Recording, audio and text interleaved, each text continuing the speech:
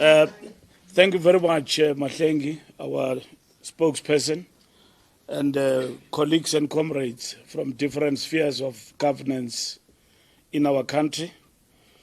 And ladies and gentlemen of the media, thank you very much for covering our story, which began on Saturday, and we end today. We give feedback today about this engagement, focusing on local government through the Special NEC meeting that took place over the weekend. The African National Congress convened a special National Executive Committee meeting on the 13th to 14th of September 2025, followed by a historic roll call meeting of ANC councillors. Today, the 15th of September 2025. These engagements were not ordinary administrative gatherings. They represented a solemn reaffirmation of the ANC's covenant with the people of South Africa. At the center of both meetings was a renewed commitment to ensure that the lives of our people are better, that they live in communities which are clean, safe and vibrant, and that every household has access to quality basic services. The roll call meeting was a powerful demonstration of accountability in action. The ANC councillors were required to stand before the movement and account for their work in their respective communities as part of our monthly community meetings in each ward across the country. This process is not symbolic, but a serious reflection of the ANC's intent to restore integrity, discipline, and focus to its public representatives. It reminded every councillor that the mandate of the ANC flows directly from the people, and that the highest measure of success is the daily improvement in the quality of life of those they serve. This recommitment is not new. It finds its roots in the pledge that the ANC councillors first undertook in Ekurhuleni 2021, a pledge that has since become a guiding light for all councillors across the country. The Ekurhuleni pledge was not merely a ceremonial oath. It was a moral and political covenant with our people. It called for honesty, accountability, transparency, and dedication. It insisted that ANC employees must be competent, action-oriented, and focused on service delivery. Through that pledge, the ANC committed itself to delivering services promptly and consistently, to rebuilding safer and healthier communities, and to stimulate local economies so that people's livelihoods can be sustained. The pledge also underlined the importance of listening to the people, of keeping channels of communications open, and ensure that leaders remain present and accessible. Equally, it made clear that partnerships with traditional leaders, religious, civic, and community organizations, NGOs, and the private sector are essential for addressing the challenges facing our communities.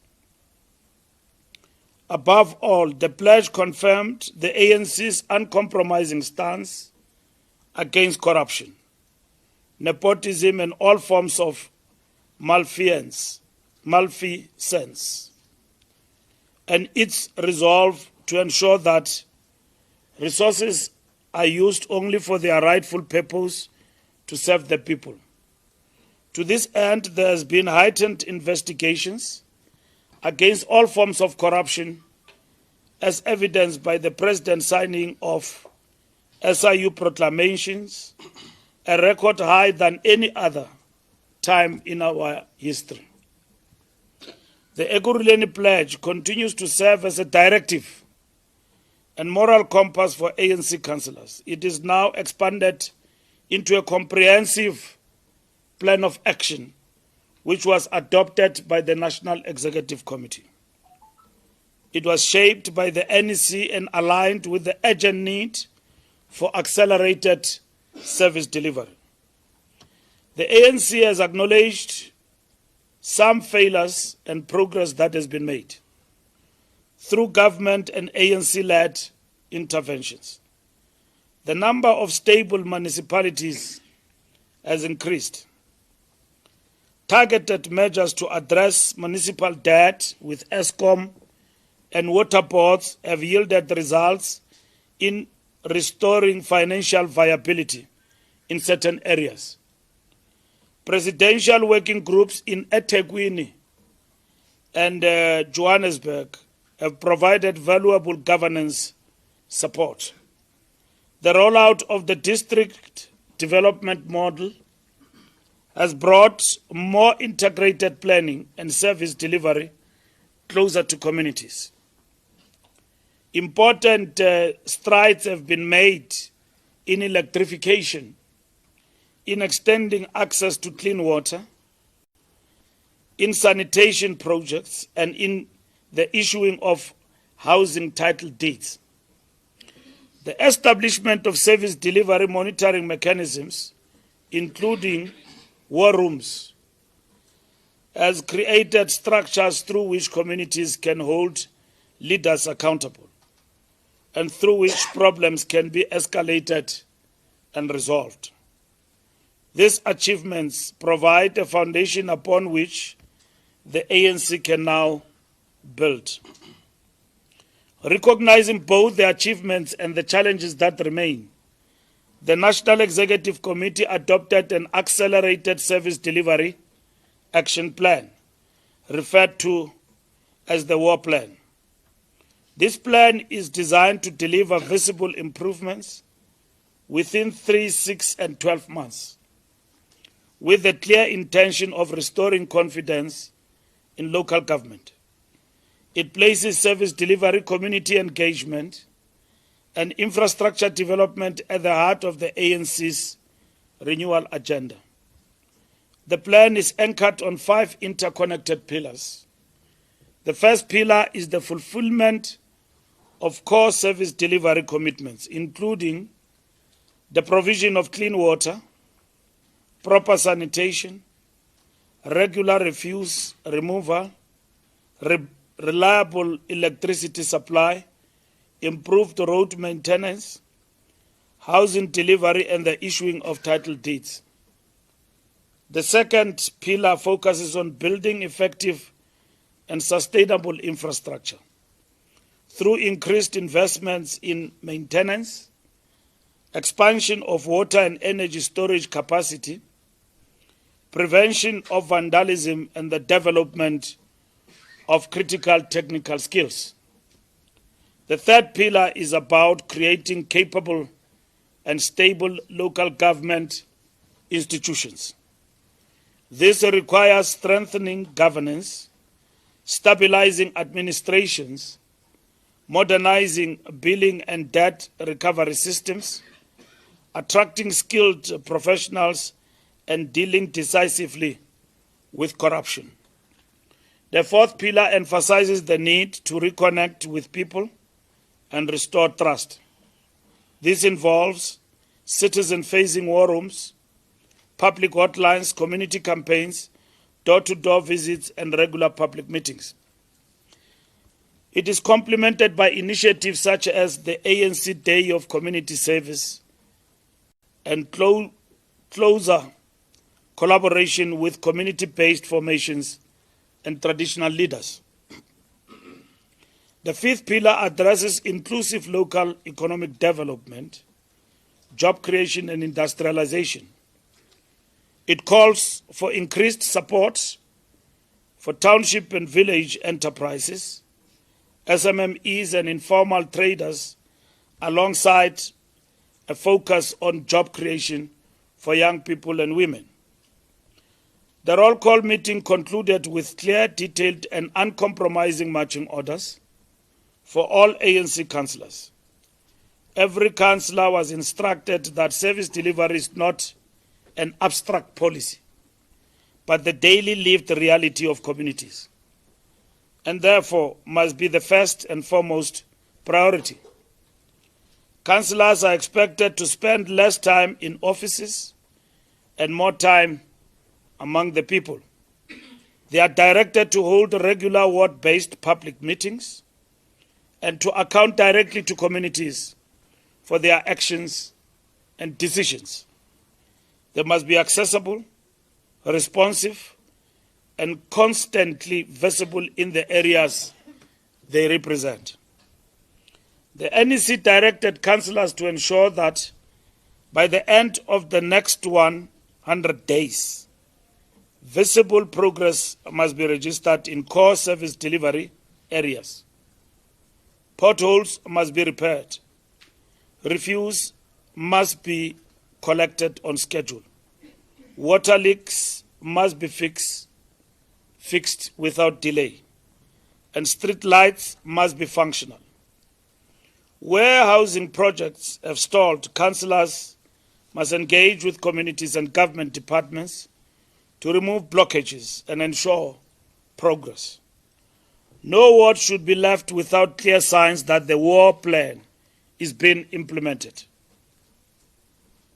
Councillors were further instructed to lead by example in restoring discipline, humility and integrity in public life. They must not only reject corruption and nepotism, but actively expose and report it whenever it occurs, even within ANC structures. They must demonstrate servant leadership, placing the people's needs above personal interest. They are to ensure that municipal resources are managed prudently and directed to projects that improve the quality of life of ordinary residents. The NEC also reminded councillors that they are not just local representatives, but political leaders charged with building trust between communities and the African National Congress. They were instructed to reconnect with residents through door-to-door visits, problem-solving campaigns and listening programs. Councillors must rebuild community confidence by showing that the ANC is not distant, but present and responsive. This requires constant communication, open feedback channels, and a willingness to confront difficult issues honestly. Councillors were told that they must champion local economic development initiatives supporting small businesses, cooperatives, township and village enterprises, and ensuring that women and youth are prioritized in opportunities for employment and development. They were directed to work closely with civil society, faith-based organizations and traditional leaders to create inclusive partnerships for development. They were equally directed to work and collaborate in partnership with the private sector and business in our communities. Finally, councillors were reminded that accountability is not negotiable. They must report monthly to ANC structures, participate actively in war rooms, and subject themselves to performance reviews. Those who fail to meet the standards of delivery, discipline, and service set by the ANC will be removed, for the movement cannot afford to carry leaders who fail the people. The ANC, to this extent, have launched the Barometer Monitoring and Evaluation digital platform for all our councillors.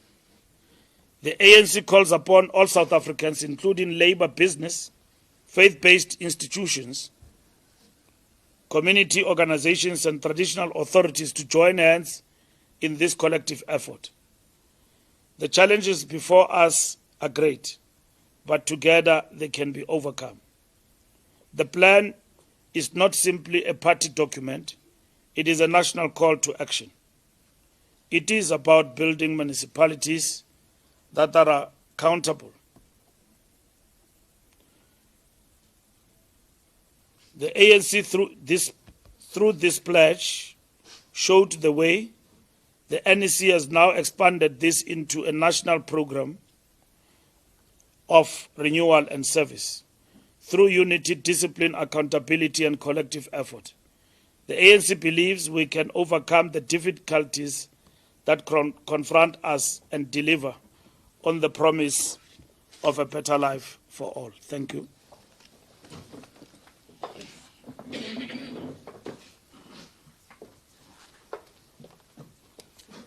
Thank you very much, SG. The statement has been read out. We will also, just as I ask for any hands to come up, we will share the documents that were presented today by the Secretary General and the President. Those are being, soft copies are being packaged for members of the media. That is just by way of that message that you had all inquired about. I am looking for hands. I'm taking hands. Okay, there's both the left and right. I'll start on the left. There's Business Day and ENCA, and then I'll proceed in that particular order. Tando.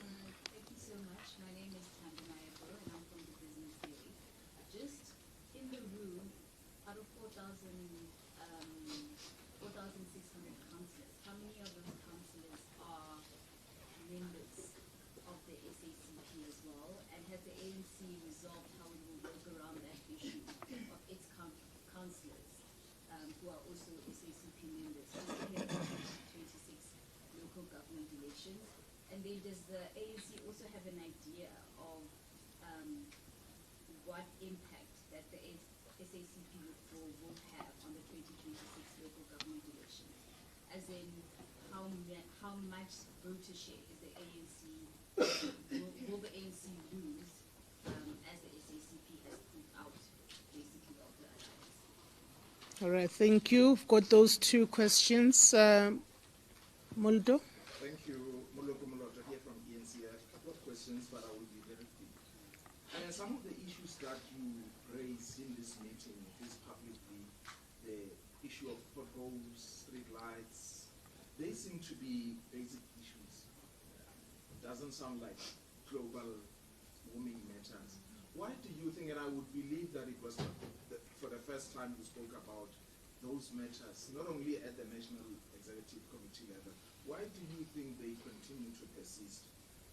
And when the President says perhaps you need to learn from municipalities that are governed by the Democratic Alliance, how are you going to undertake that benchmarking mission? Are you going to be consulting perhaps with the leaders of the DA, or just be more like a desktop approach? And last during the special NEC meeting, I have the President say, and I want to quote him, but it says, a culture of performance, accountability, transparency and institutional integrity is not even brain in the metros. Simplify it for us, particularly metros that you are covering. What exactly did you mean here?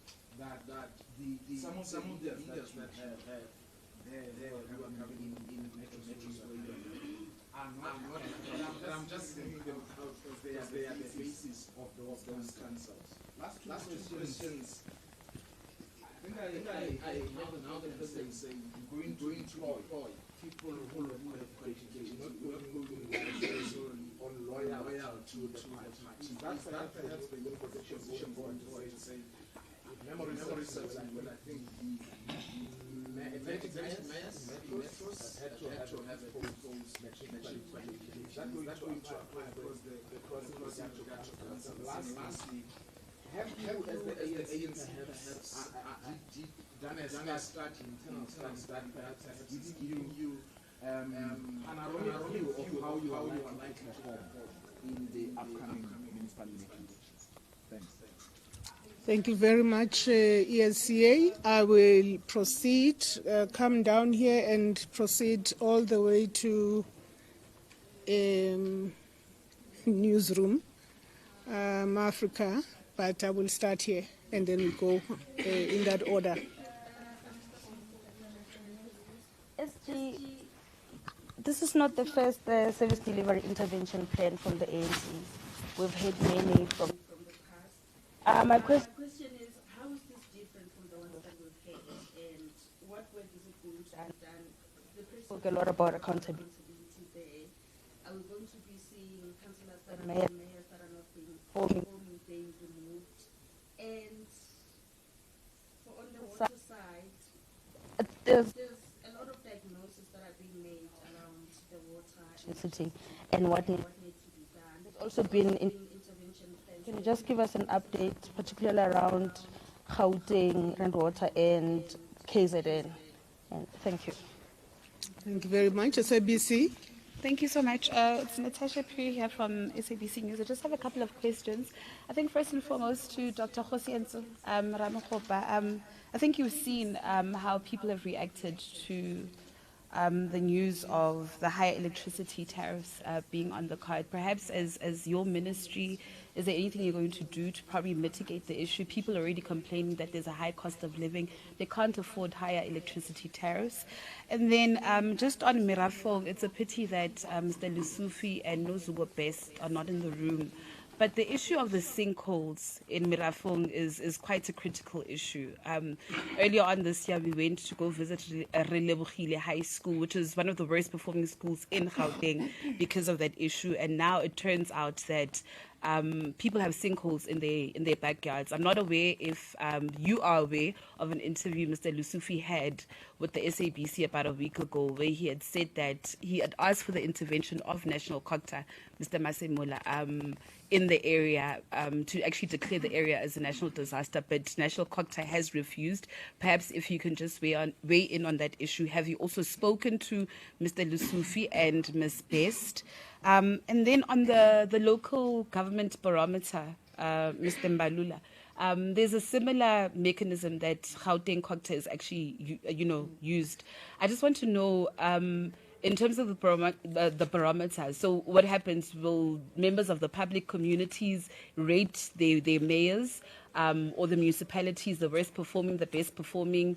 And what happens in that case? Thank you. Thank you. I missed the point. What do you say? How is it going to work? The barometer, the ANC barometer. Yes. Will they vote or rate? Yes. My name is Samtana Kapa from News 24. With regard to the barometer, Mr. Mbalula, I think it's been in the pipeline for a while. Why has it taken so long for it to actually come into fruition and be launched today? With regards to the interventions that you've outlined, the president has also said that anyone who is not behaving basically in caucuses, you will remove them. But I think a lot of us here are aware of, for example, in Northwest, there is a municipality where Izinkabi have taken control of the municipality. They're holding on to the keys, and it's because the speaker and the mayor were fighting. Why don't you intervene earlier? I'm trying to ask you, are these interventions not a bit delayed or reactionary? Thank you. Thank you, Kasi. Good afternoon, Shannon Merrick's Kasi, BC Africa. Three small and yana questions. My first one for Mr. Fixit.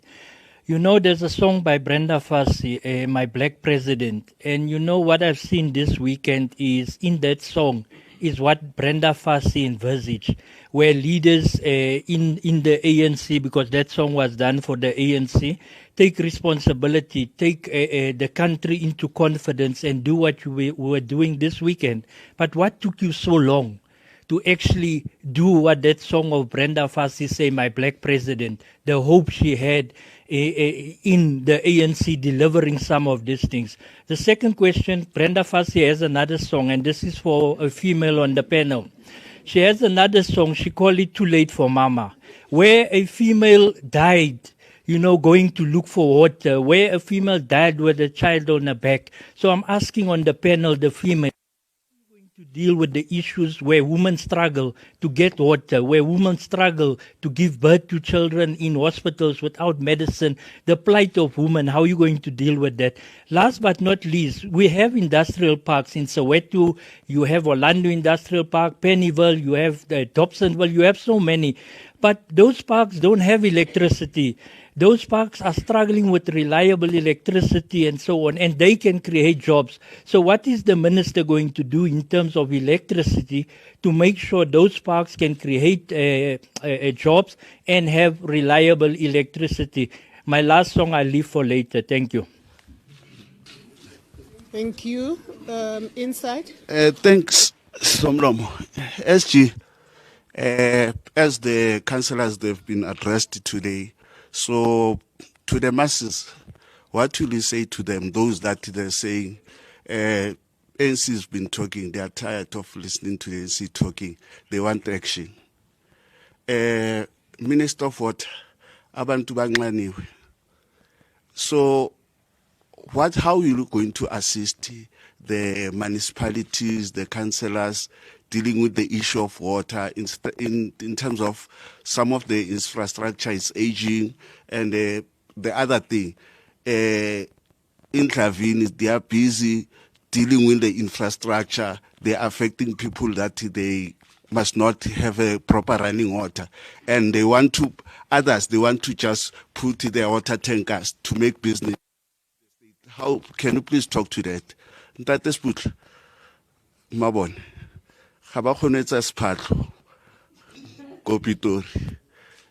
Chips. So, what will you say as well to the infrastructure that is aging, and again, when it comes to those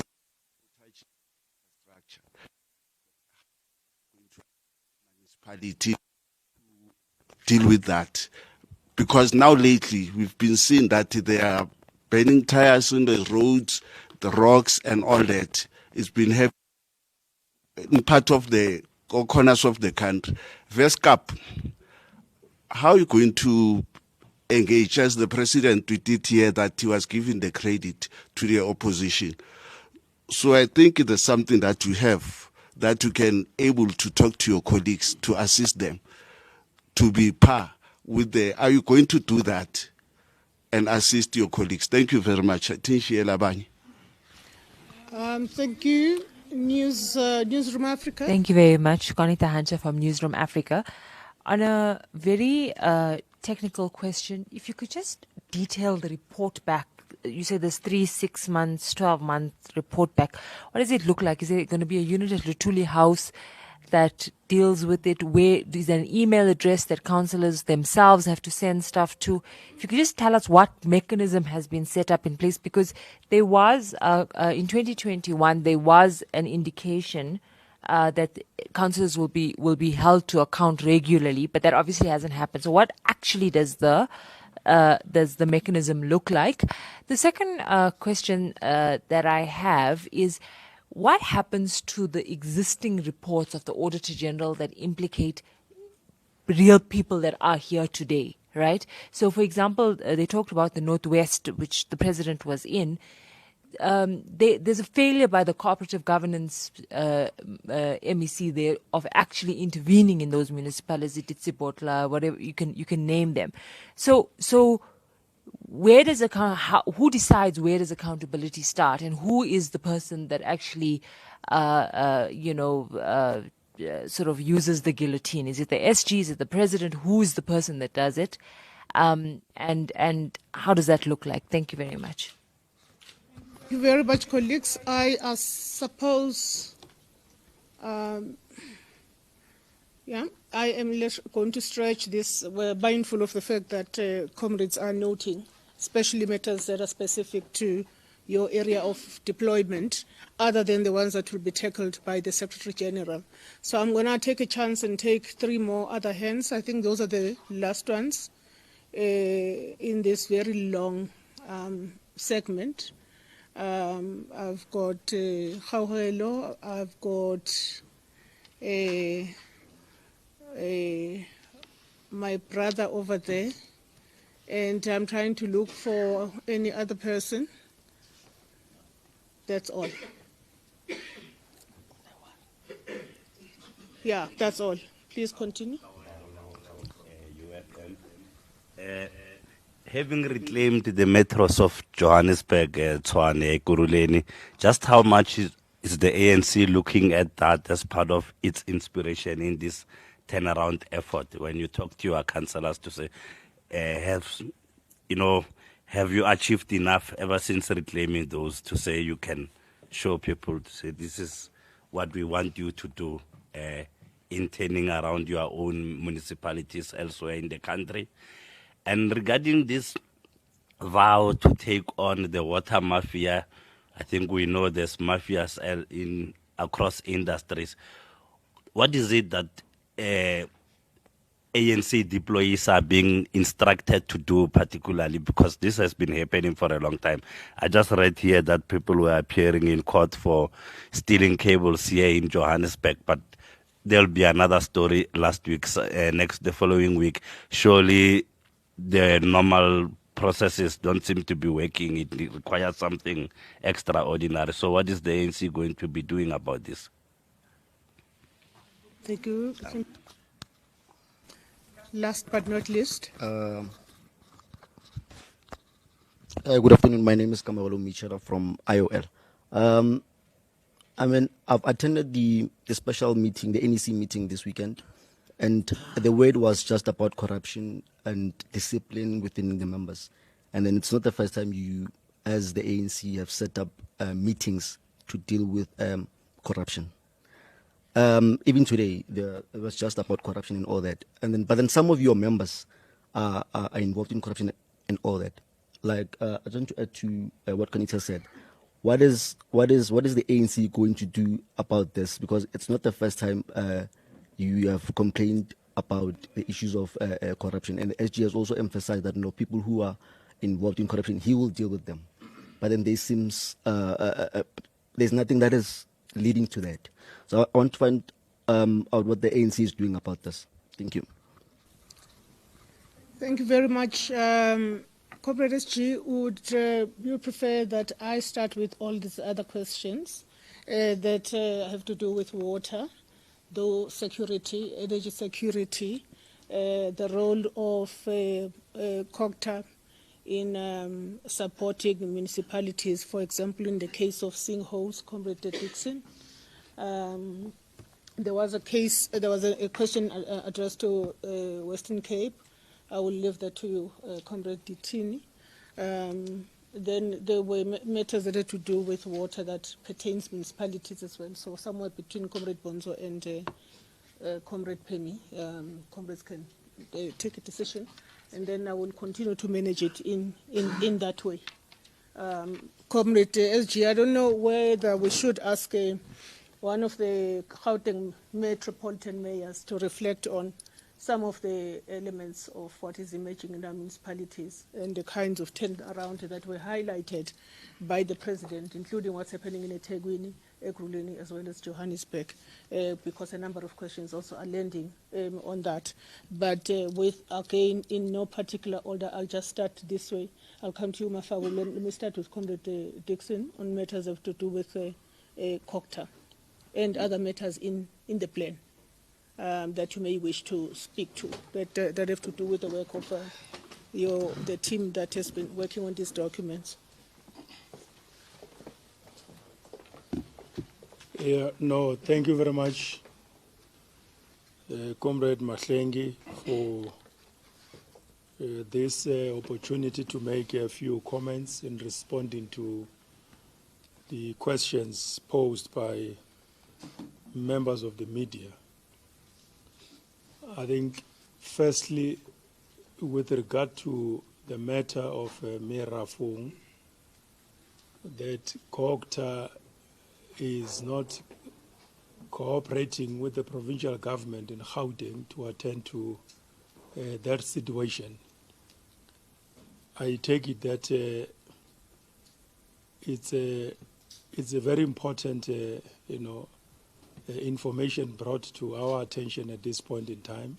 But as far as I know, I have never interacted in my formal work in the department to the extent that it could be regarded that COGTA has completely refused to cooperate with the provincial government in Gauteng on such a very serious matter that affects the lives of our people in that part of the province. COGTA remains a department responsible for disaster management on behalf of the entire country, from a policy point of view, legislation, but also in terms of operations, because the National Disaster Management Center is one of the organs of state that are well located within the COGTA department. I can only safe to say for now that we will follow up on this matter with the leadership of Gauteng province and the Premier's office in particular, together with the MEC, who is responsible for this functional area of work in the systems of government. And we should be able to provide update reports to members of the media, but most importantly, to the people of Merafong who are affected by this situation. That is the first point on how I will respond to the ease of the sinkholes in Merafong. That is the first one. The second point relates to the findings of the Auditor General and the extent to which the ANC, through its systems and government, whether it is responding accordingly in processing such matters, not just to the satisfaction of communities, but to basically ensure good governance, ethical leadership, and above them all, provision of the much-needed leadership that is based on values, that understands the ladder of values as a very important aspect of leadership in the national equation. The President, His Excellency, has over a reasonable period of time, and in fact to date, from the records that we have in the department as we're interacting with a number of source documents, it came to our attention from SIU that about 75 of our municipalities, in one way or the other, have had some form of relationship, not just a good relationship, but the relationship of investigations by the SIU, following up on matters that relates to malfeasance, malversation, and of course, to a large extent, as understood to be issues of corruption.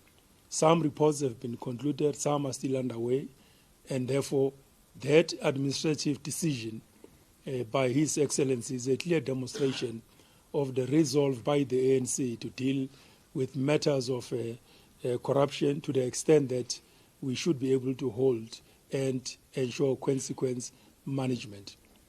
Recently, as we took a decision to intervene in the Northwest government, particularly in the municipalities, and in this case, the Tsobotla in particular, it came to our attention that, as the President said earlier on during the day, that we are going to be very steadfast in confronting mafias or organized syndicates that are basically creating problems in many parts of the country, to the extent that they actually impact as well negatively on the massive rollout of infrastructure and denying our people basic services and infrastructure for social and economic use that they so much deserve.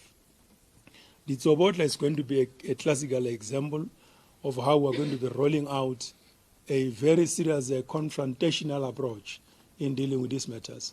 The package that we have put together to go to the Tsobotla does not only involve officials from Treasury and ourselves as COGTA. We have basically brought closer to us the JCPS cluster and have taken a very firm view that the Tsobotla were going to be rolling out this confrontational process, working together with all organs of security in their own establishment. so that when we get to that space, we are not only going to be focusing on the internal affairs of the administration and other related matters, but both in the surrounding, but including in the communities, and how interchangeably relations have gone to the extent of collapsing that municipality. So there will be that multidisciplinary team, not only limited to internal operations, but also involving the South African Police Services, as I said, security cluster in its own operations. So obviously, that undertaking,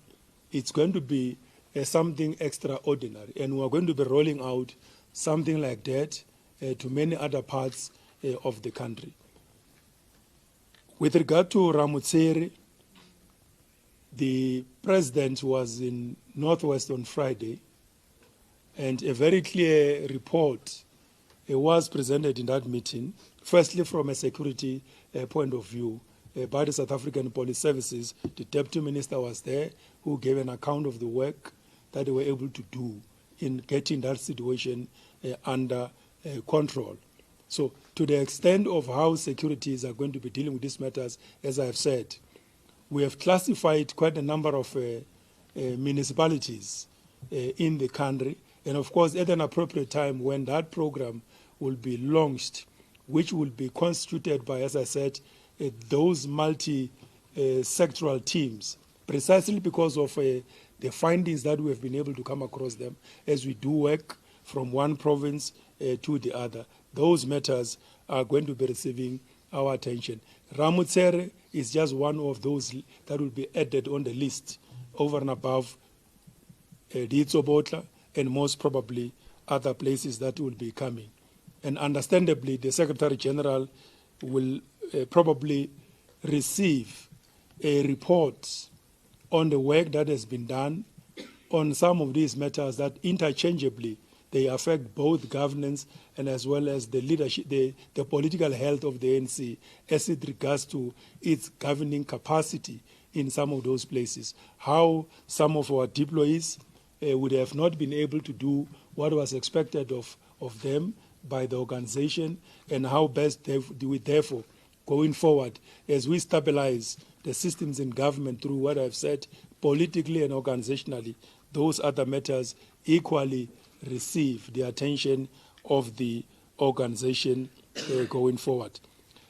But largely, I could say, as I step off, the action plan which the President and together with the Secretary General have outlined today in this meeting, there will largely be a huge undertaking on our side from the side of government, working together with provinces, because collectively and cooperatively, the larger part of that work from a government point of view will be overseen, will be undertaken by COGTA nationally working together. Not only COGTA alone, it will be managed through what it is called an interministerial committee on municipal support and as well as intervention, where a number of departments have been put together by His Excellency to work on municipal performance and turnaround strategy. So that strategy is reinforced by the political work and the pronouncements that the President, together with the SG, as part of implementing the decisions of the National Executive Committee. From the side of government, those matters will be seriously looked at, working together with our mayors all over the country, including mayors of the metropolitan municipalities, whilst on the other side, the organization will be playing its oversight role.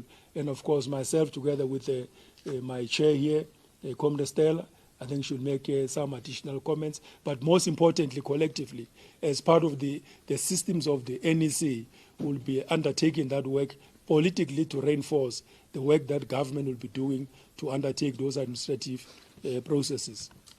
I think that's what I can say, Comrade Mahlengi, at this point, just to respond to these few questions. Thank you very much.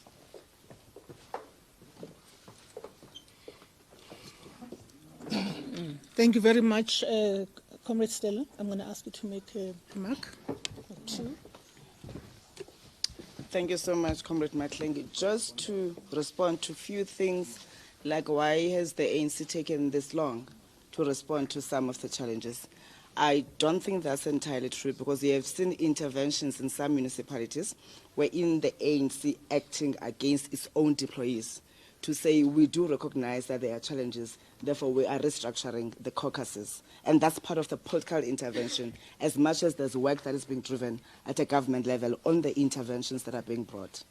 Now, out of the 4,000 plus councillors that we have, 3,273 belong to the ANC, which reinforces the action plan that has been announced by the President to say, as we exist in more than 85% of the borders of our country, it therefore means that we must respond urgently, because we are there with the people, which is why the dashboard seeks to respond to that by saying it's not only reporting, but the mechanisms to respond immediately. This is why we are saying the municipalities must therefore have war rooms that is able to respond to the challenges that are raised. This is why we're talking of an intergovernmental structure at government level, but also at the ANC level, to bring in all those that are deployed in those areas, but also reaching out to other critical stakeholders that are found at that level to make sure that it is coordinated. Because most of the time we're not able to respond to the challenges because of poor coordination. This is what we are trying to do. This is what we are bringing differently from the action plans that we're doing. We have not tightened or strengthened the coordination mechanisms. And now we are bringing that to say, you may complain about water, but if electricity is not fixed, then we are not going to be able to resolve the things. We may be complaining about lack of implementation in terms of the AG findings, but if we have not looked at the capability of both the political deployees and the management people that are there, we're not going to be able to resolve those, because we may be putting interventions administratively, but if they're not well received by the political level, whether it's due to infighting or challenges that are found by different councillors, like in certain areas we work with opposition, then those then yield the results that are not that are negative to what we want to achieve. So that's why the interventions are two-pronged, to look at the political interventions, the administrative interventions, so that when we come in and we say we are intervening, we've attended to all the aspects that are affecting the service delivery challenges that are there. We are not too late. The fact that I counted the numbers of 3,273 wards out of the 4,000 plus wards that we have, it means that ANC still has strength. If you look at the results of the previous by-elections, if you see the ANC still winning some wards, just minor areas where we would lose, that tells you that people still believe in the ANC, which is why we are saying, let's pay attention to what matters. Let's make sure that potholes are closed. Let's make sure that the water leaks are attended to. And for that to happen again, it talks to a municipality that must have a clear maintenance plan. Minister Comrade Ramhuba will come here, Comrade Pemi will come and talk about the plans that they have. But if there's no proper maintenance plan in the municipality, then we're not going to be able to achieve all of this that we're talking about. That's why you see in the pillars that have been identified in the action plan again, it's that one of strengthening institutional capability, because they go together.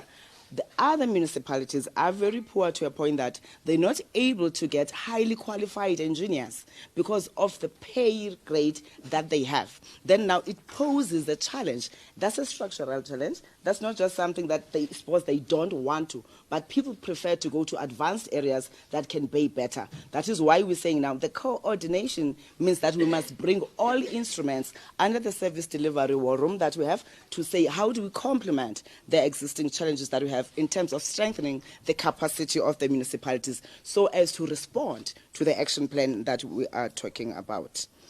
I think it's important. Corruption, discipline, no action. I don't think that's entirely true again. We've seen where the ANC has acted.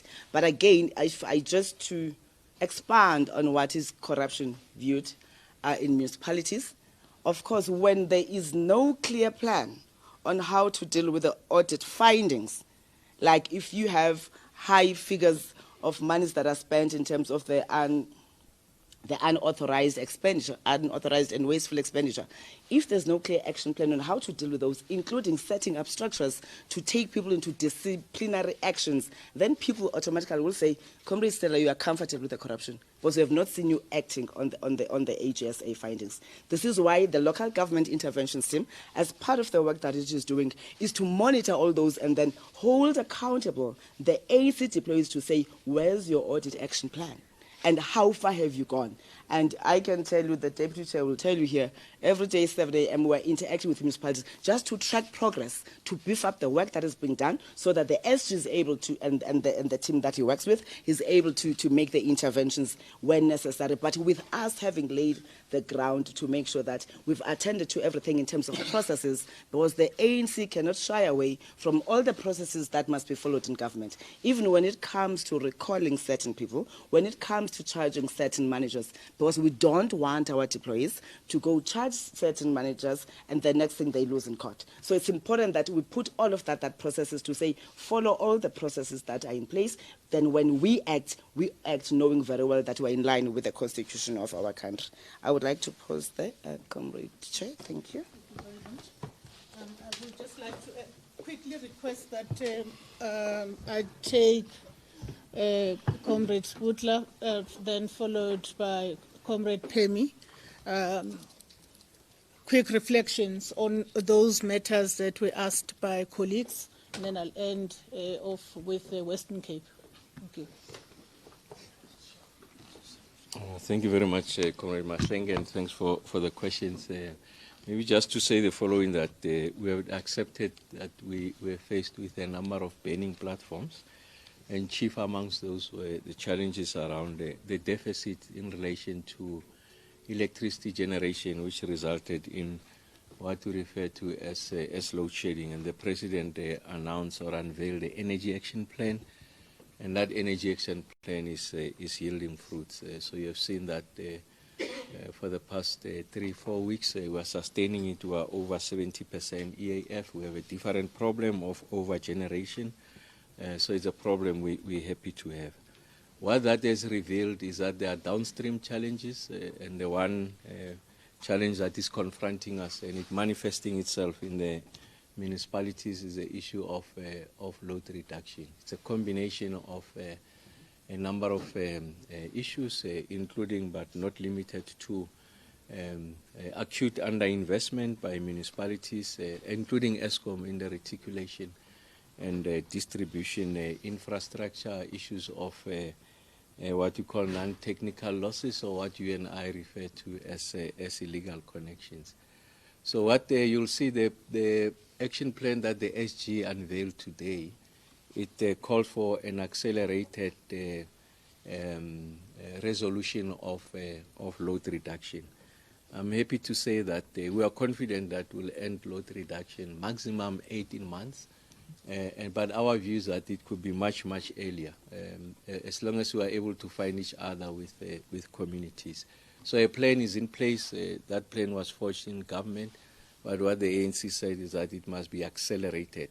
So we had been working on a time span of about, if you like, a horizon of 18 months. But we think that we can truncate that process. If you look at the prevalence of load reduction in the country, 40% of the total load reduction, which affects 1.5 million households, is in Limpopo, and then about 20% in Mpumalanga. So the two accounts for 65%, and then the rest are specially allocated, geographically distributed across the country. So the plan is in place. So in my other assignment as a deployee in government, I'm going to be unveiling the comprehensive plan on how we are ending load reduction. The same methodical, deliberate, orchestrated manner we dealt with load shedding will deal with load reduction. And then the third area in relation to the challenges on the electricity front is the cost of electricity. So I've made the point ad nauseum that electricity is expensive, not just for the poor, I want to add. Of course, it affects them disproportionately. For the middle class, even for the most affluent areas. I had made the point that we have initiated a process in government to relook at electricity pricing policy. there are thoroughgoing proposals we are making in relation to the cost of primary energy, which accounts for 40% of the tariff structure. You look, if you read the action plan that the SG unveiled today, you will see that the ANC NEC is lifting the cost of electricity as an impediment to access and also to economic growth. And they have assigned a deploying government to resolve that question. So I'll come back to the country to resolve on how we are going to resolve that question. And you can see it's got significant manifestations. We see the challenges that Comrade Dada was faced with lately, the challenge that Comrade Doctor is faced with. That's not their problem. It's a policy problem that requires attention. So they can, responding to the pressures of communities, will tinker at the margins, is going to be engaging, but ultimately it's the policyholder that must resolve that problem. And that's what the action plan has said, that this must be resolved. And I'm confident that we're going to resolve it. And then on the industrial parks, I think it's an important question. They are lying fallow. About 2 NECs ago, we received a report on the economy, a submission by the ETC, and one of the issues that gets to be elevated there is for us to resuscitate and revitalize these parks that are located in the township, Babelegi, in Tshwane, a number of them across the length and breadth of the country. And we have accepted that 2 things must be present, 3 things. The first one is electricity that is available and competitively priced. The second one is availability of water. And the third one is the roads. As and when they finish, or the raw materials are brought there and the finished goods get to market, it's important that we resolve that. So the ANC ETC has resolved on that question. What that NEC said is that the ETC must, the Economic Transformation Committee must come back with a much more comprehensive, elaborate implementation plan with the timelines. And I can also reveal that tomorrow in government we're having a conversation on the economy, and water and electricity are a key part of that. And of course, as comrades coming from the ANC, some of the articulations that came from the NEC will find expression in that discussion. And then, of course, we've committed to resolve the issues of vandalism. What we have resolved in government is that we are going to be introducing what we call the distribution agency agreement. What that means is that we are addressing the entire value chain of electricity provision in the country. The metros are better off because they've got the capacity from a technical competency point of view, and some resources for them to invest in reticulation and distribution infrastructure. These are secondary municipalities that have challenges. So we have resolved that we're going to work with those municipalities. We're going to cabinet. So we help them with the engineers. We help them with the planning. We invest our money in this instance being ESCOM, to refurbish and maintain the reticulation and distribution infrastructure. And then we create an escrow account into which monies will be paid, rolling out the smart meters. And in that way, we are able to ensure that the ESCOM gets its money back, but also municipalities are able to get the money to deploy in social infrastructure. Again, the DAA will go to cabinet, and then we'll announce it as part of our comprehensive intervention of addressing vandalism and also the liquidity of municipalities. The one point that's not made is that all of us focus on the fact that ESCOM is owed just above 100 billion rand by the total of municipalities. What the mayors will tell you is that municipalities put together, they are owed over 400 billion rand. So you can see it's an untenable situation. So we'll work with them to address that. And then maybe just to conclude a matter that I think I can respond to, if you look at the architecture of a local government, it introduces something called SALGA, which is an organized voice of local government. And what it does, it advocates and agitates on behalf of local authorities and, amongst others, is about peer learning. So what the president said, that you go to DA ministry, there's nothing new. When we introduced free Wi-Fi in Tshwane, municipalities from across the country, some of which were led by parties other than the ANC, came to learn. When Comrade Parks was the mayor of Johannesburg, the corridors of freedom, we all descended there. The mayors will tell you that framework exists and it encourages it. There is nothing sinister when you learn from those who have perfected some area of how they prosecute their responsibility with regards to local government. SALGA is designed to do exactly that. So within that framework, we go and learn from each other and unlearn from each other. So there is nothing untoward. That someone is doing something better, you can go and learn. I mean, that's the best thing to do. And it's not a selfish consideration. It's not about a political party projection. It's about what is in the interest of the community. So you get it right, the net beneficiary are communities. We'll fight it out in the battlefield when the local elections come. But now it's about improving the lives of communities. We are accepting someone is doing it better. SALGA the design of SALGA is meant to do that amongst others. So when you say, let's go and learn, yes, we go and learn in the same manner that they come and learn. That's what we call about the peer review. So I thought I must just make that point, SG. Thanks.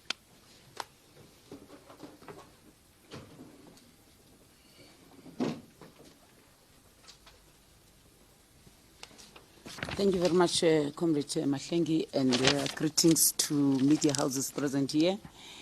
Water has been a buzzword throughout these 3 days, because when there is no water, everyone feels the pain. We also feel the pain when we have provided bulk water supply, but reticulation and provision of water does not reach our people. You'll remember that the President has taken water as priority number 1 during the State of the Nation address. That has made us to prioritize our projects better, notwithstanding that there are a lot of criminal cases that are dragging as back as 2010, especially around Limpopo, where a lot of projects were funded, but they were not delivered. There is no money. We are working with the Hawks.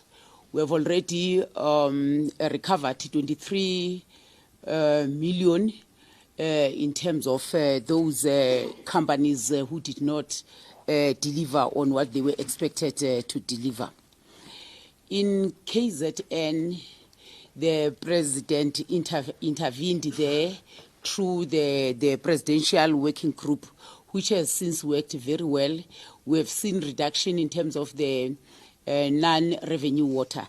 All municipalities, without any exception, as long as they have leaks, people are not going to get water. As long as they have leaks, they are going to owe municipalities. As long as they have leaks, there will be protests throughout, because those leaks make water not to be able to go to their communities. And the focus of the Presidential Working Group was to attend to leaks first. So in KZN, eThekwini in particular, we had to restrict them in terms of the abstraction according to the license that they have. We did that from September to December, because they were unable to attend to their leaks. Beginning of December, they started attending to their leaks. We saw them opening the beaches around eThekwini. And on the 24th of December, they had to make a special application that I must terminate restrictions, because the tourists were flooding KZN, and the hospitality sector were worried that the water was not enough, and they promised that for 3 months they are going to work to an extent that they reduce the leaks. And indeed, we had to lift the restriction and allow them to get more water.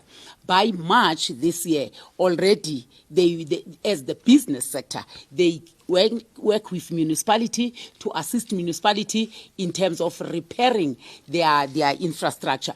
And the President took that model of KZN eThekwini to Johannesburg, to the city of Johannesburg. The city of Johannesburg more than infrastructure which is decaying, their population is growing on a daily basis. It is only Gauteng that has so many informal settlements because of the mere reason that everybody thinks that when coming to Gauteng, Johannesburg, you are going to get a better life. So as they come and establish informal settlement, they are not in the grid. Water grid, what they do is to vandalize and illegally connect. And when they illegally connect, those areas which are supposed to get water from that same bulk water pipeline, they are unable to get water. Not only in Gauteng, same in Tshwane, same in Ekurhuleni. You might think that those municipalities are not working, but they are overwhelmed because communities are rushing to these areas. What we are going to engage with municipalities after this is, one, municipality must give us a clear audit of all their infrastructure, which is decaying. Two, they must tell us how much is that they have. Because municipalities, they do get money from us, they get money from COCTA, they get their equitable share. So we must agree that a certain amount must be ring-fenced to attend to infrastructure. And we can do that when we work together. We have agreed as IMC, COCTA, National Treasury, Human Settlement, us as DWS, as well as electricity, to say our challenges are the same. If there is cable theft, it does not only affect Eskom, it affects us as well, that when Eskom has no electricity, we are unable to pump to give bulk water supply. So we have agreed to work together. So from here, we are going to sit together as this IMC and say, what is that we are going to have in the next 3 months that we are going to work with municipalities on. And there are municipalities like the Buffalo City Metropolitan, which is regarded as a metropolitan, but in reality, it is a rural metro. The population of Buffalo City stays in villages, in the rural villages around King and around East London, but they are expected to deliver like any other metro, whereas they are dominated by indigent people. So we said they must speed up the indigent register so that we can see how do we assist them with National Treasury on the blended finance. On Gauteng, Johannesburg in particular, is there a difference? Yes, there is a difference in Gauteng since the establishment of the Johannesburg working group by the president. However, the Johannesburg has fewer reservoirs as against the demand and the supply. So yesterday, only last night, we met with Johannesburg. They have a clear plan on how they want to attend to water. But we met with the Premier and the MEC for COCTA. Every Wednesday, there is a Water Wednesday in Gauteng. We have a clear plan on how must Gauteng attack the issue of water. Notwithstanding the vandalism, this is a syndicate. It happens mainly KZN, Gauteng, Northwest, and Limpopo. Those are the 4 provinces that are overwhelmed by these extortionists and water mafias. We met with the South African Human Rights Commission on the 4th of September. They have the concerns, as we are having those concerns, to say, how do we then elevate this matter of vandalism as a charge on sabotage? Because the Act does allow that such the attack to infrastructure is an act of sabotage, and therefore what needs to be done? We have agreed on a plan that in the next 2 weeks we are meeting with the water task team that is led by the Deputy President. There are clear recommendations in terms of the amendment of the Act, and we have made such a clear recommendation or submission as Department of Water and Sanitation that let's implore what happened in 2010 when there was a criminal case which has occurred next to the stadium. There will be a pop-up court that will trial the matter at that point, and judgment is done on the spot. With the cases of water mafias and water extortionists, construction mafias, it takes so long for those who have been arrested. There is no quick attending of such cases, and we are saying, should that be in place, it will assist us to send a clear message. We started in March to encourage all municipalities, whoever has a contract with water tankers or water tankering, to start negotiating out of that contract. Let municipalities insource water tankering, because when it is on a private contract, they don't have capacity to monitor whether the 10,000 liters that have been procured has been delivered accordingly. So already I can report good news. How Johannesburg, they've already procured over 20 water tankers to insource them. By yesterday, 10 water tankers has been delivered. But we are saying those water tankering must not be a solution for water pipelines. Let them be an intervention in an instance where there is maintenance or there is a water pipe. Best let them intervene without going through the long process of procurement. So we think that we are going to assist municipalities where we are funding municipalities in 2 grants: the water services infrastructure grant, as well as the regional infrastructure bulk. On that one of the bulk, that is where we want municipalities to work with us and say which water reservoir had to be broadened up, or that has to be extended in terms of its capacity, because the capacity currently of the reservoirs are not enough to be able to give South Africans all the water that they expect. But with Northwest in particular, we have withdrawn some of the grants that we gave to municipalities in Northwest, based on the reasons that you also alluded to, that there's been a lot of mismanagement of funds and all that. And we said, rather than that, those funds going back to the National Treasury, we are going to change the directive of such funds, because we gave them under Schedule 5B of our allocation grant. So we're taking that back and put it under Schedule 6B. What does Schedule 6B mean? It means we, as the Department of Water, we're going to take charge of those funds. We're going to take charge of appointing the contractors. We're going to take charge of ensuring that we send our water boards, because the water boards have the technical expertise. In water, you need engineers, you need control processors, you need water scientists,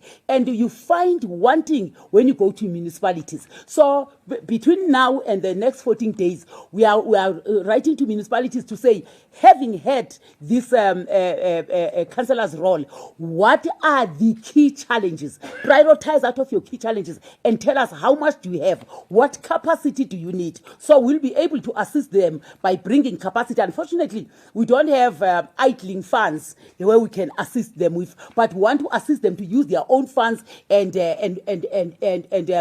we top up with the allocation that comes from MISA, from MIG, as well as from human settlement. Thank you very much.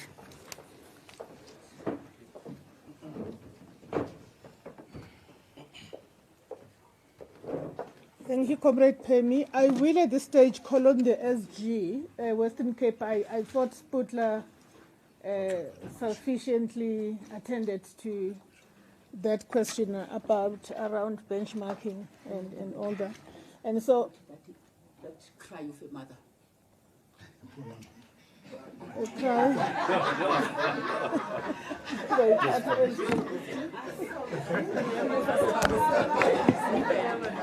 Thank you very much for the questions. I think, Jacaranda, first, let me draw your attention that these interventions have yielded results and serious interventions at the level of government. After Minister Pravin Gordhan made a turnaround strategy, there were results that led to interventions, the same as other ministers, and including in the ANC Nkosazana Dlamini report and so on, there were interventions. And to list a few, out of Nkosazana and also Minister Pravin Gordhan, we today have a district development model, DDM, which ensures that there is integrated approach and intergovernmental, strengthened approach in terms of local government. We've got a strategic support to municipalities on ESCOM debt. Once we had lost this social contract between government and the people, we then had a number of cases of this fallout between government and the people. If you look at the Soweto debt, the liability there was running into billions. And nobody's talking about the interventions that were made with regard to that. Everyone now forgets that there was intervention that was made with regard to ESCOM debt and also the question of liability, which is not totally resolved as we speak, but it was running into billions. Strategic support to municipalities on water board debt, the same has actually happened. Because in the mentality of many, everything is for free. But we are victims of our own interventions. And I want to explain this proper. When we adopted the RDP, we cushioned the poor right from the onset. And then you will have 3,000 whatsoever free liters of free water. And people like elderly and all of that were completely cushioned in terms of basic services to our people. Now, these are policies that we have implemented that have cushioned the poor and our people at the local government level. Operation Vulindlela, local government reform, which is what we're doing now in a number of local government interventions in the country. eThekwini and Johannesburg presidential working groups. These things that are happening in the turnaround in eThekwini and Johannesburg, supporting municipalities there, it's not something that is happening on its own. It's because some intervention has been made and is yielding results. Strategic and smart partnerships, of course, with the private sector. This also have been implemented. Interministerial Committee, Municipal Performance Turnaround Strategy, and the National Strategic Hub. The point I'm trying to address is that we are here today not to regurgitate. We accept first that here is the problem statement. We do have strategies. We do have plans. What we are doing, we are consolidating going forward to make these plans work. The strategic question we've had to answer from Friday is, we've got all these things for them to work and work faster for our communities. What do we need to do? Hence the plan, the action plan. We call it a war plan and all of that. How do we deal with all these issues that we've had to deal with? And we're now prioritizing water because it affects everybody. Urbanization and informal settlement and all of that is not going to stop. People are moving from the rural to the urban areas. And the law of the country says if you can set up shacks more than 50, we must provide you ablution. If overnight when we wake up, I'm not giving you ideas, you've got shacks and then you name it after, I do have also a squatter camp named after me. And many other leaders have got squatter camps named after them, especially in Gauteng. and then that is it. Others, they assist these quarter camps and so on. Whenever that expand, it also increase the demand side of many other things that must actually happen. But government must deliver systematically and decisively when it comes to our communities. Tando, the SACP matter will be resolved between us and them. How it will affect us whenever we can't reach an agreement that they must not contest, we leave it to the voter. We can't answer it in the boardroom. And that is why we're not waiting for anybody. We're moving ahead in terms of doing what it is right. It is strange that when we say there are problems in local government and we attend to them, and we attend to problems, we attend to challenges, they say, why do you attend to them? Leave them. Leave these problems you see around you. Do nothing about them. Don't call your councillors in a roll call. Just sit and watch. Leave them. Leave the problem. We are not sitting and watching. We are doing something about the problem. The question that you need to ask, which I cannot dictate to you, respectfully so, is whether or not in the next 3 months this action plan will yield the results that are required. We are not saying to you and South Africans that we are coming with something new, Mitsubishi from Japan. It's the same problems. The question between all of us here who were gathered here and over the weekend is, yes, we've got these things. How do we move faster? What is the problem? Problem of service delivery characterized among others by governance. Some of our municipalities are not properly governed, but some of them are poor. There's no revenue connection. Pemi talks about the example of Khubsan, metro in the rural. Okay, everybody wants a metro. We have a metro in Buffalo City. Majority of people there are indigent and all of that. They rely on government policy and all of that in terms of social security net and intervention. And then they don't pay services. They are cushioned again by the government. Where government cannot move away from its responsibility is closing potholes, is removing refuse in the townships and anywhere else. That I can do it as a mayor every day. And we've said here to our mayors, why are you not removing this? Working with the communities. If you start something every Saturday in Mangaung, in Buffalo City, wherever we are in charge, I'm just mentioning these two because we are in charge there. As in Ngazelani, Buffalo City, Nase Mangaung, Sipete. Okay? Apa ekuruleni zingavela zichinje izinto ngomso. Yego data zingachinja. Leave alone the fact that now data is a problem. ANC is a problem and all of that. Data is a problem and all of that. But nobody says where was this municipality in the past 10 years? What happened since Putla left in Tshwane? And then the deterioration of the city under coalitions. How many mayors have we had in Tshwane? Under the DA government. With all what Sputla did and led there, you should have known that when we deployed Sputla in electricity, with what we did in Tshwane, that we're deploying a Ferrari there.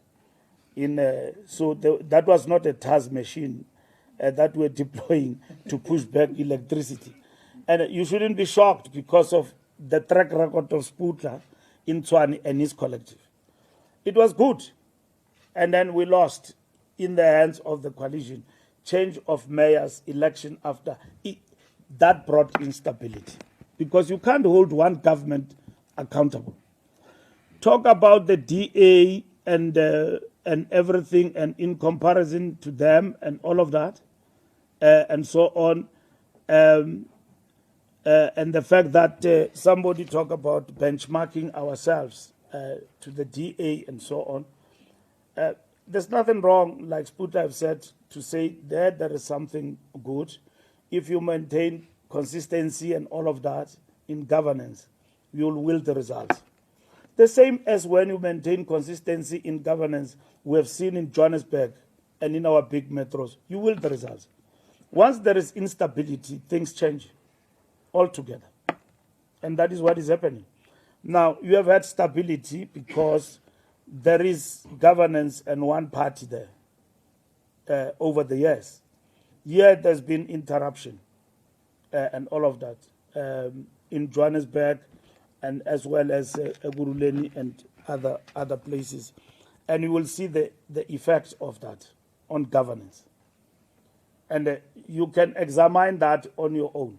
It's not scapegoatism on my part and the ANC to say that the problems that are there that must be addressed by the ANC, which works with other parties, but at the same time acknowledge the fact that coalitions also are not a positive story entirely in the governance system of local government.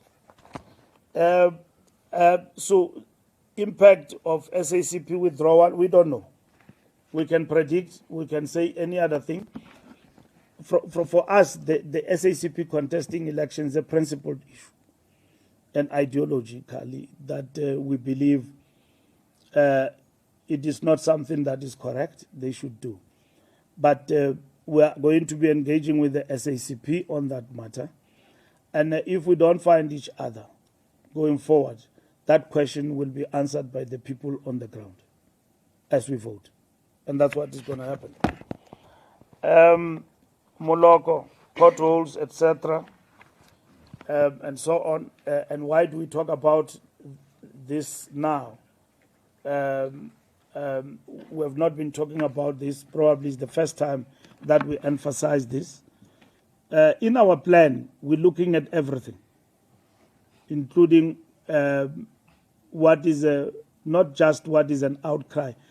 What are the challenges in terms of good governance at local government level? And these are a list of things that we believe that we need to attend to wherever we are in charge, where we are leading. And we need to account, mask no difficulties. Our representatives, like we're standing in this press conference, a mayor of the ANC in Mangaung, in Buffalo City, should face people and say, this is what I've done, these are the challenges I face. Okay? And then people engage. And there's a lot of work that is happening there. And some of this work is basically distorted, and then it is imposed, this distortion, on these municipalities that are run by the ANC without any response on our part. So our leadership must respond to these questions. And they must also showcase the work that they are doing on the ground, like all other mayors do across the length and breadth of the country. We have many people with qualifications, and we train councillors, even those without qualifications, who come to be elected in municipalities. Let me explain to you. A person is elected a ward councillor because he's a community leader, but has not finished matric. I'm giving you an example. Or have got matric, not post-matric qualifications. It's a councillor. He's doing a wonderful job in the community, and then is elected. That person must be empowered by the system. As the ANC, we have been training our councillors over the years, and we're still doing it even now. And then in the different municipalities. And our people and our councillors have taken education very seriously, linked to the areas of deployment. Somebody was deployed in council without post-matric qualifications. That person has got masters today in some of the councillors, and we can give you that record. We have a record where we actually do a study on our councillors and so on. And that study have revealed that most of our councillors are doing well when it comes to studies and uplifting themselves and empowering themselves. And that report in particular, today in the plenary closed session, was revealed by Gauteng Province, Comrade Hope Papo. I've answered Jacaranda, SABC, Barometer. How is it going to work? It's going to work in the sense that we are increasing our capacity to monitor our performance on the ground. And we're doing that through direct contact with the people, but also our councillors reporting through the digital platforms we have created on service delivery. So that is the barometer that we'll be using. And we will be able to tell you directly that these are the challenges of your community, and these are the things that in your purview you should be addressing, you can address, but you are not doing anything about them. Some of these councils, you know, they are poor and all of that. So from a budgeting point of view, they need to be assisted. A barometer, News 24, why after so long? Everything is done in terms of the action plan now, because we need to accelerate. The buzzword is accelerate, and at the same time do what is right to address the challenges of service delivery on the ground. Removal of people. Yes, we have realized that we take time. But let me also remind you that we have removed a lot of people in this country in local government. And we have also removed people and caused by-elections. In Tabazimbi, we did that. In Northwest, in Mpumalanga, we did that. So we have removed people. Nobody talks about ANC taking a decision because of poor performance and mismanagement at local government. We have removed people and caused a by-election. We went to a by-election in Mamusa, you remember. Some of you were there. Those who were interested to reach the far-flung areas as far as Mamusa, away from Joburg Lights. You know we contested there and we won. In Mamusa, in Northwest. Because we removed councillors there. We removed councillors in Ditsobotla, but that problem still persists. We have done that in Mpumalanga. We went and contested and we won. We did that in Tabazimbi. President went for a big Siangoba rally there. We won. We are not afraid to remove people with wayward behavior and all of that and cause a by-election if it comes to a push. So we are going to do that. So I'm addressing this question because you shouldn't say we are doing this thing now for whatever reason, but we have been doing it. Now, what we have recognized is the fact that there are instances where we could have taken a decision earlier, and then we have probably taken time to deal with that. So with this action plan, we are very much organized now. Let me give you an example. You report a problem about a mayor or a councillor. Our intervention team here will give us reports now going forward, empowered also with the barometer and so on. Here is a problem here. There are these challenges here. We think that partly the problem is leadership. How do we intervene? But when we intervene, it cannot be the same as before. Like what we did in eThekwini. When a mayor there was removed, we had to take a member of parliament and a member of the NEC and deploy it in eThekwini, Cyril Club, and redeployed that particular former mayor to Cape Town. Okay? That's what we're going to do. We have seen this model does work, and then we're going to be decisive. It is there in our plan of action. We're going to do it, and that's what we need to do. So you may be right, and we will admit that sometimes where there is clear problems, we have not been acting quite faster. I'm not talking about generated problems, because there are also such where there will be generated, protests in order to cast aspersions as a reflection of the internal party issues in the ANC. And then cast aspersions on the mayor or a councillor or MMC and so on. We should be able to distinguish through our intervention. But over and above that, we should also be in a position, given the tools that we've got now, we're going to deploy, to take decisions independent of everybody and say, no, you need to be shifted from here to that particular point.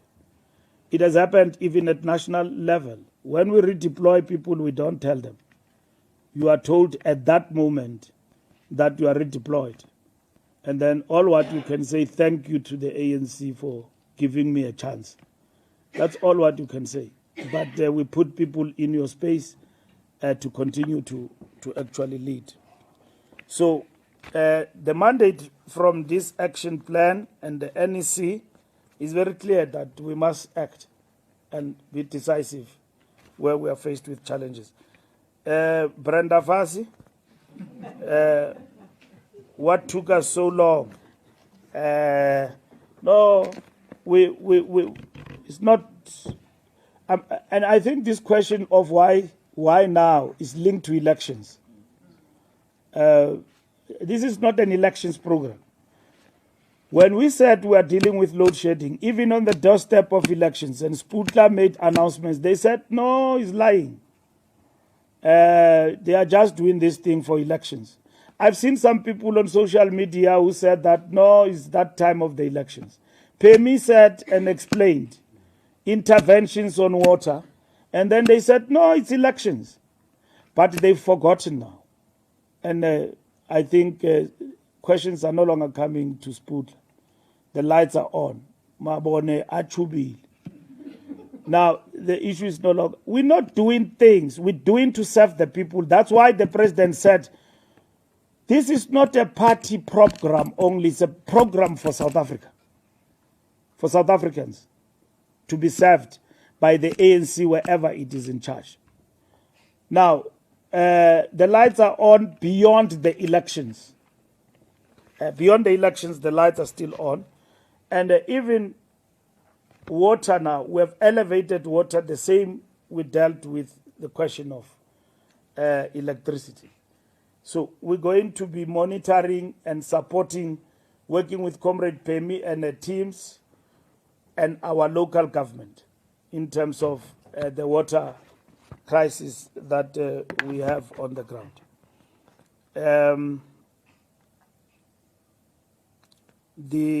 The mechanism for report back, newsroom, I think I've explained that. Or are you happy with that? What? A bite?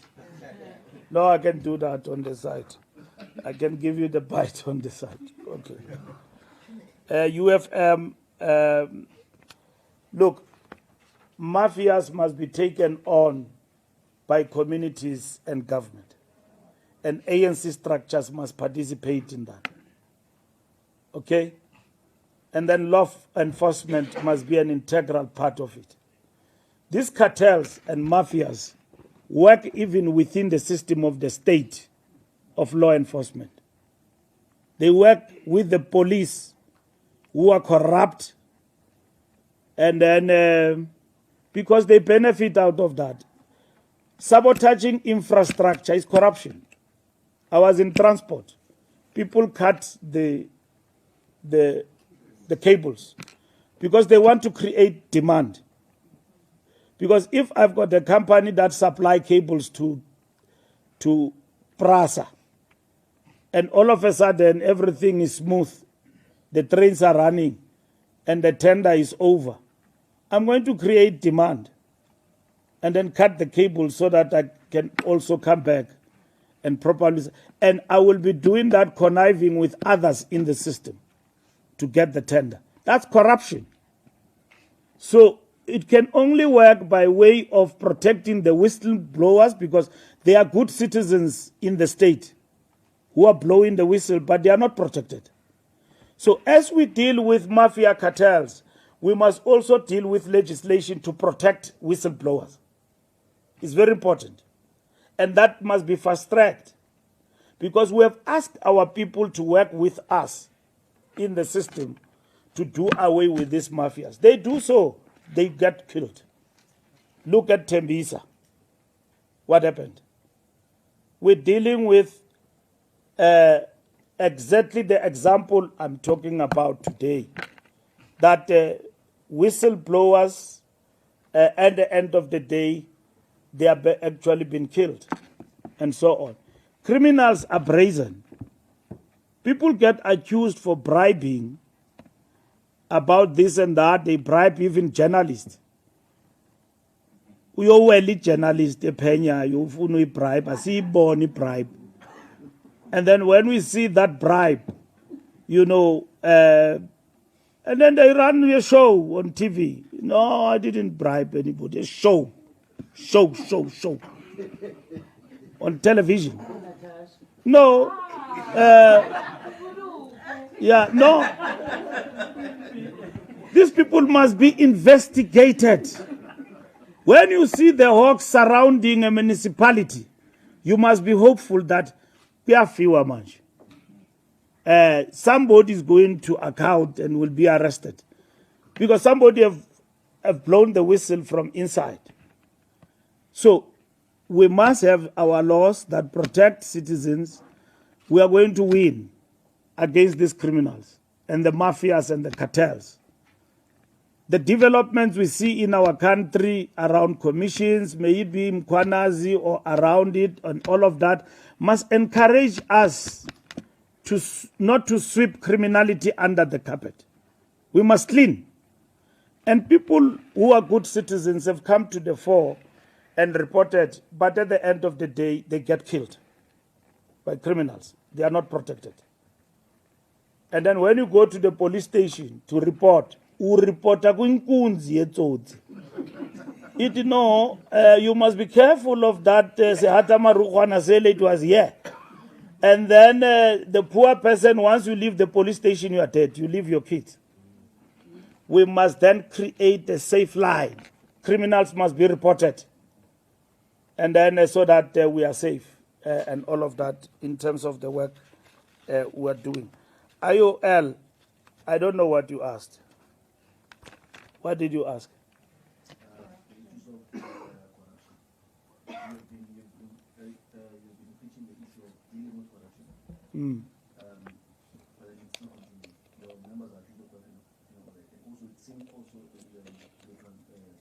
Let me explain.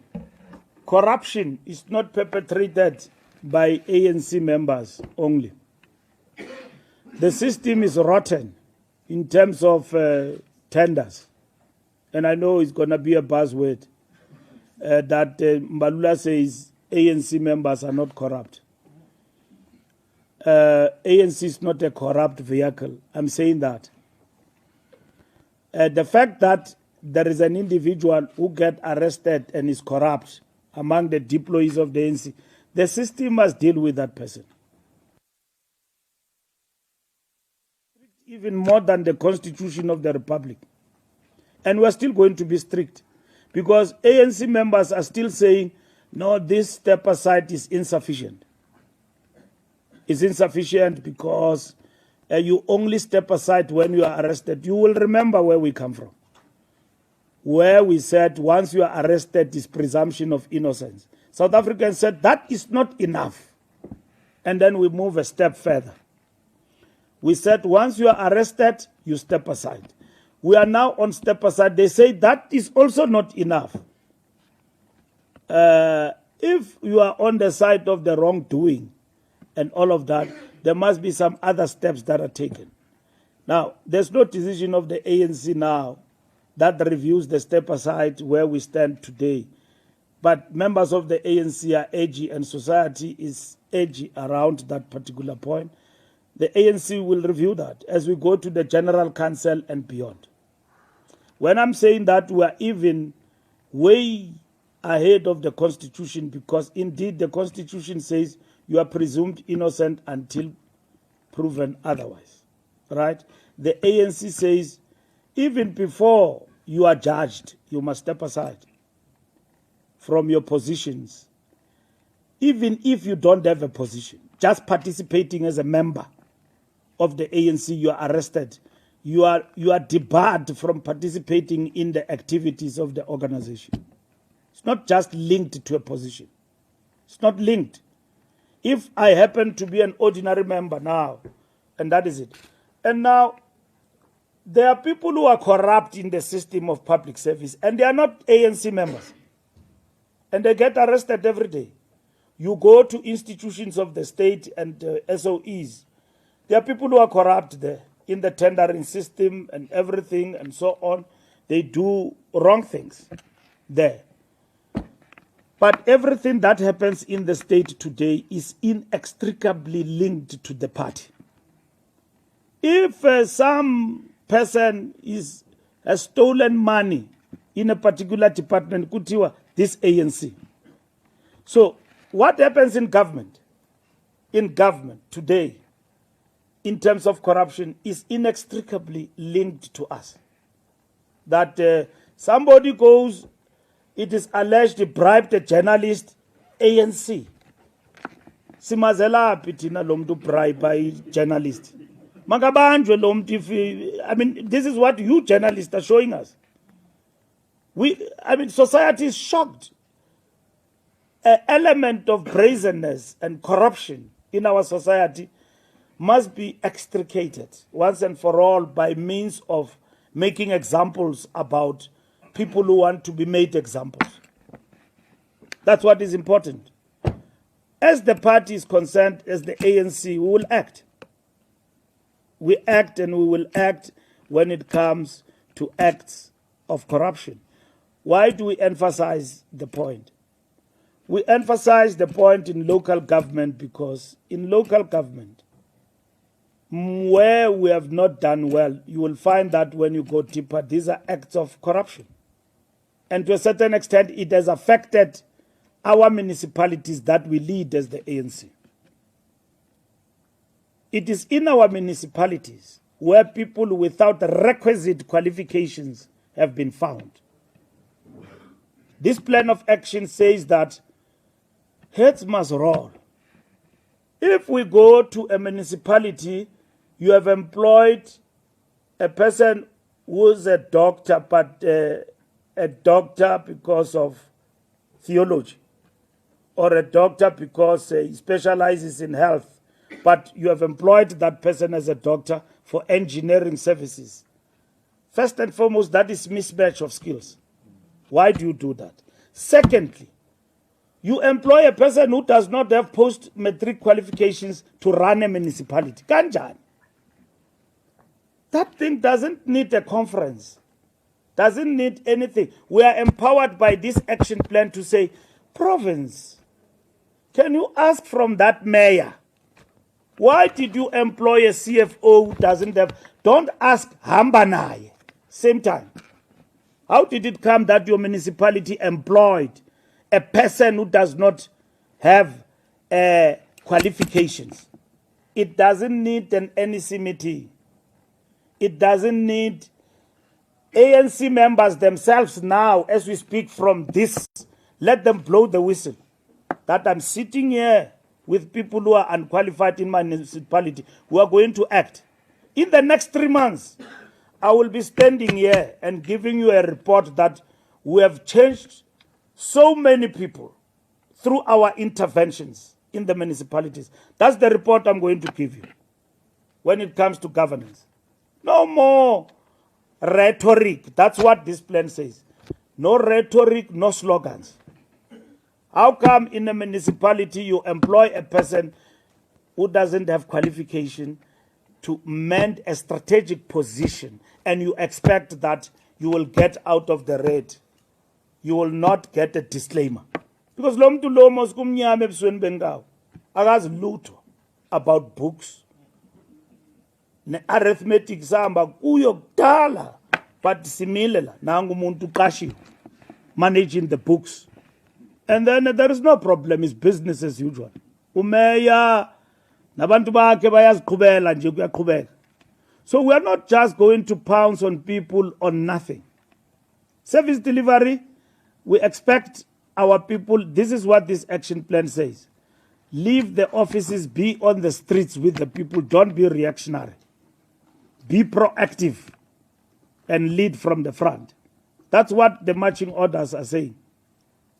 If ever we have to deal with refuse, things and all of that, debt in the townships, we must lead from the front when it comes to that.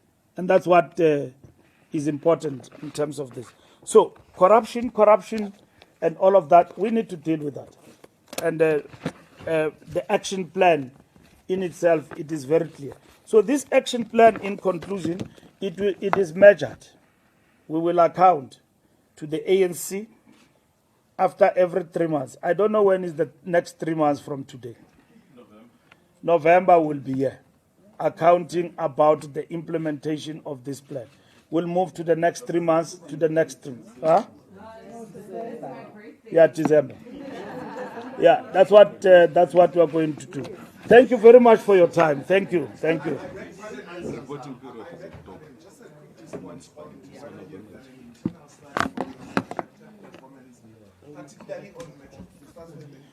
Yeah, we have done the studies. We do studies every day.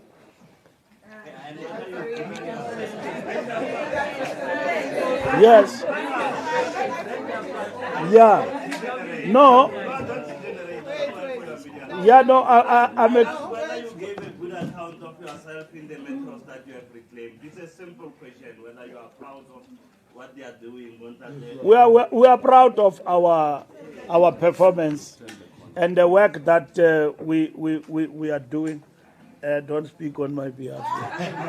Doctor. There is work that is going on. No, let me explain. There is work that is going on in these municipalities. We will answer your question in the next 3 months about whether we are turning the corner, and there is work that is being done that can be seen out there. And this work, we will account about it after every 3 months, because it's not like there's no work that is not being done. There's a lot of work that has been covered.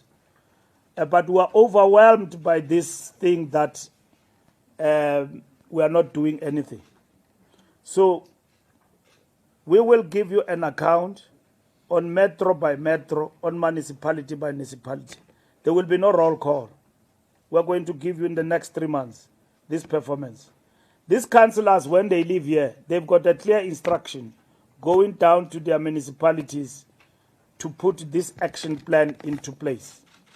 We will give you the action, and we've got it. Matlengi will give it to you, and then you look at it and so on. It is measurable. It is not something new. It is consolidation of intervention in terms of the challenges that we are facing at local government. Thank you very much. Thank you very much, colleagues. We are adjourned. Thank you.